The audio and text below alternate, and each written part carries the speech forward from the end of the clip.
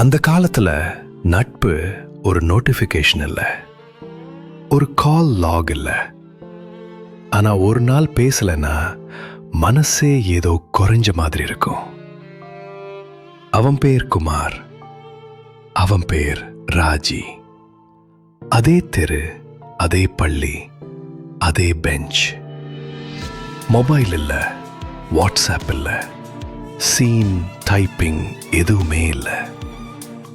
ஆனா ஒருத்த வரலனா அடுத்த நாள் நேத்து ஏன் வரல அப்படின்னு கேட்க ஒரு உரிமை இருந்தது. பள்ளி முடிஞ்சதும் சைக்கிள் எடுத்துக்கிட்டு தெரு தெருவா பேசிக்கிட்டே வீடு போறது. ஒருத்த இறங்குனா மற்றவன் சைக்கிள் நிறுத்தி நாளைக்கு சந்திப்போம் அப்படின்னு கையசைப்பா. அந்த குட் பை சீன் ஆகணும், ரிப்ளை வரணும்னு எதிர்பார்ப்பில்லை. பரீட்சை நாள் வந்தா கொஸ்டின் பேப்பர் விட நண்பன் முகம்தான் முதல்ல தேடுவோம். அவன் பக்கத்துல இருந்தா எல்லாமே சரியாயிடும் அப்படின்னு ஒரு நம்பிக்கை. ஒரு நாள் குமார் பள்ளிக்கு வரல. ராஜிக்கு முழு நாளும் எதுவும் சரியா நடக்கல.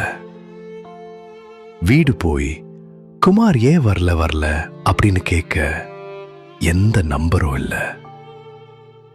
அடுத்த நாள் தான் தெரிஞ்சது, அவ அப்பா வேலைக்காக வேற ஊருக்கு போயிட்டாரா. No goodbye, no last message, no profile picture. சும்மா ஒரு நாள் நட்பு நின்று போச்சு. நாட்கள் ஓடின, வருடங்கள் கடந்துச்சு. இப்போ எல்லாருக்கும் மொபைல் இருக்கு. Contact list full, chat box full. ஆனா மனசு பேச ஒரு பேர் கூட இல்லை. ஒரு நாள் டிராஃபிக் சிக்னல்ல ராஜி நின்னு இருந்தா எதிரில் ஒருத்தன் சைக்கிள்ல ஒரு செகண்ட் கண் சந்திச்சது. அது குமார்.